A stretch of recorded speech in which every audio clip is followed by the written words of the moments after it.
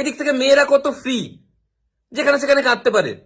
একটু একটু কিছু হয়েছে কেঁদে দিল। আমাদের ক্লাসে একটা মেয়ে কাঁদছিল, মানে করে কাঁদছে, সবাই ভয় পেয়ে গেছে। আরে কি হচ্ছে, কি হচ্ছে? তোর বাবা মাকে ছেড়ে চলে গেছে? না। মা বাবাকে ছেড়ে চলে গেছে? না। তাহলে? আমার মা বাবা আমাকে ছেড়ে মেলায় চলে গেছে।